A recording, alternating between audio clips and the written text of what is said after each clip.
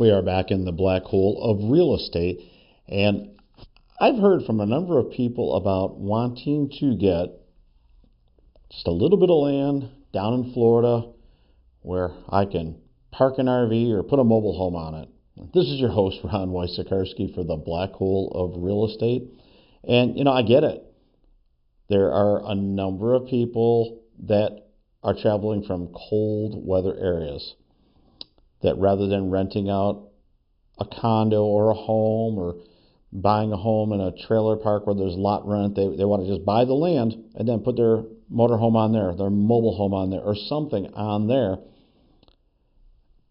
And it may or may not be possible. So let's start with what's possible and work our way through this. There's absolutely properties that exist in Florida where there's a mobile home on it, and the owner of the mobile home also owns the land underneath it. So with that, there's likely either a sewer or a septic where the waste goes, and there's either water from the city or on a well to bring some water in for, drinking, showering, and whatnot. So sewer and water, septic, well, those things pretty important to most people. Then there's this thing called electricity. A lot of people like that. And so there needs to be a way to get electric to the property to make it functional for most people. So within that, if you're making the purchase of a mobile home or something on land and there's no homeowners association, you could very well park your RV right next to it. What you may not be able to do is replicate that if you're in an association, a homeowners association, because of rules in place. Now, you may also need to visit the zoning department to see if you can actually put more than one structure on there, and there's a number of things to go with that. If it's a second mobile home or a home and then a mobile home attached to the ground, there's some rules in place about that. But sticking with what's possible, you can absolutely make a purchase where there's an existing mobile home on there, remove it and put a different one on there. That's something you probably can do. You can absolutely buy a mobile home in a park. You can also buy a home where it's not a homeowners association that would allow you to park your RV and your boat and your toys right on the lot and nobody can really say anything about it. So those are all things that you could very well do. Where we run into trouble is someone would like to contact us about buying raw land where there's no improvements. So there's no city sewer or septic or water or well or any of that stuff in place. There's no electric on the property, but we want to just park an RV, I guess, in the middle of a field that we own and hope for a good result. And that in some areas, that's not allowed. And if you wanted to put a mobile home on there, you're going to have to improve the land. And let's just say that there's city water, city sewer, and electric available. Let's just start with that. You've got to pay the connection fees. You've got to go from the center of the road onto wherever on the property that it needs to go and follow some ordinances. You may need to put a driveway in or some way to get to the property as well. But sticking with just water, electric, sewer, there needs to be a path to have that in place. And then it comes to zoning. Is it anywhere nearby? How would you accomplish that? Now they're going to allow it. So it starts out as a really good idea, and it doesn't have to become a bad idea. It just has to have layers to it. So if you are looking to buy some land and put a mobile home on it or your RV on it and eventually, build a house there, you quite possibly could do that. But you're going to run into some situations where what you want to do is not as easy as you'd like to do it, or it may not be allowable. So what can we do in these situations? Well, I think the first thing I would look at in the raw land category is probably make sure it's not part of a homeowners association or a place where a lot of all their homes are already built, because then you lower the chance that the HOA is going to vote down your plan, and then you're just working with the city or the municipality.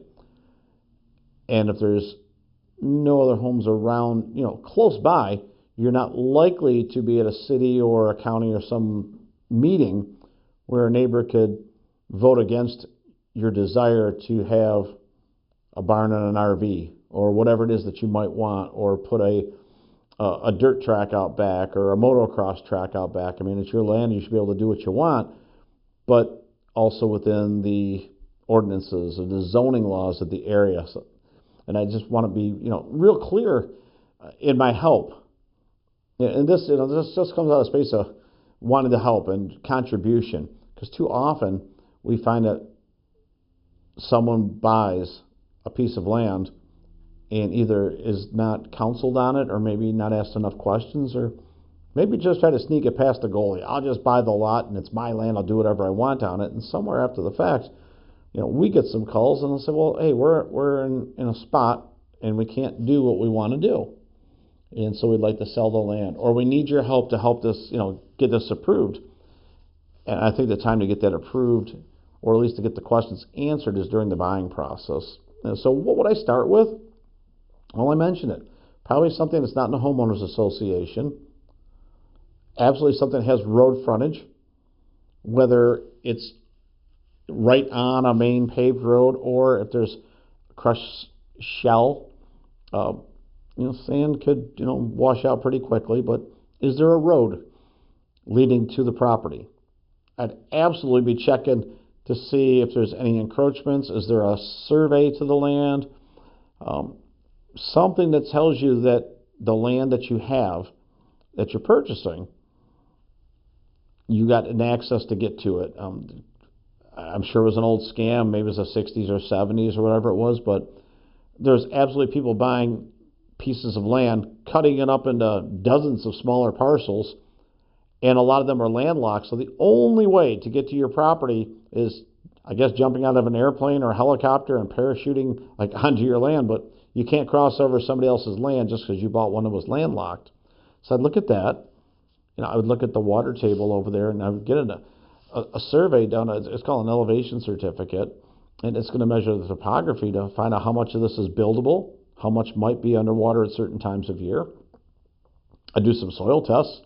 Was there hazardous waste on the land? Was there an old kerosene tank or an oil tank or something buried underground that you're not even aware of that might have harmed the soil to where you can't put a dwelling on top of it for yourself or for someone down the road?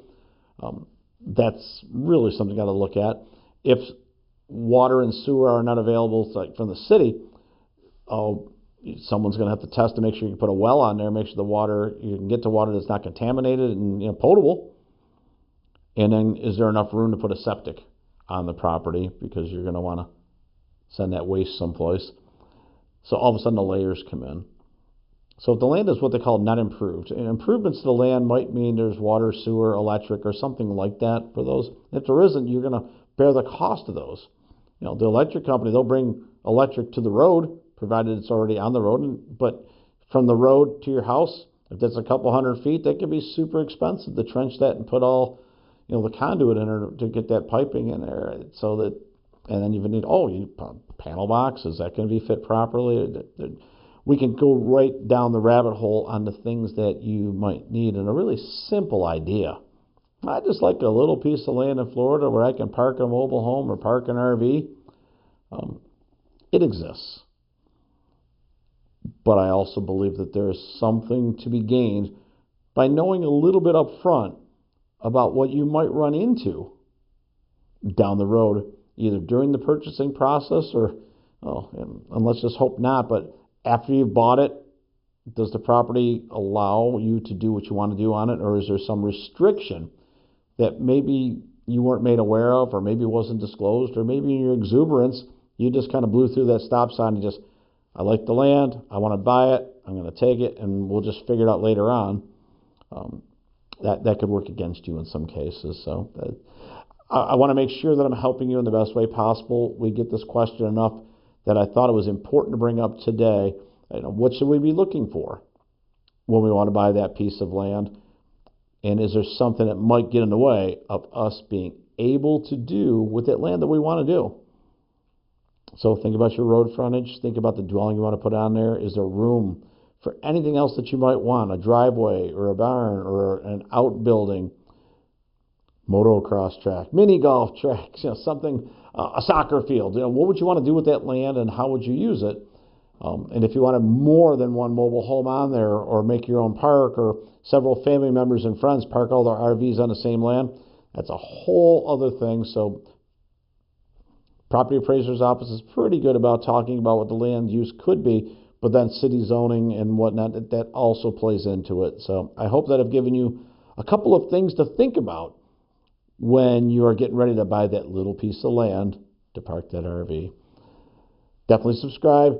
Give us your comments so we know where to take you on our next journey to help you with your real estate purchasing and selling needs. And make sure you're given the guidance to make the best possible decisions, whether you go it yourself or seek the help of a real estate professional. This is Ron Wojciechowski for the Black Hole of Real Estate.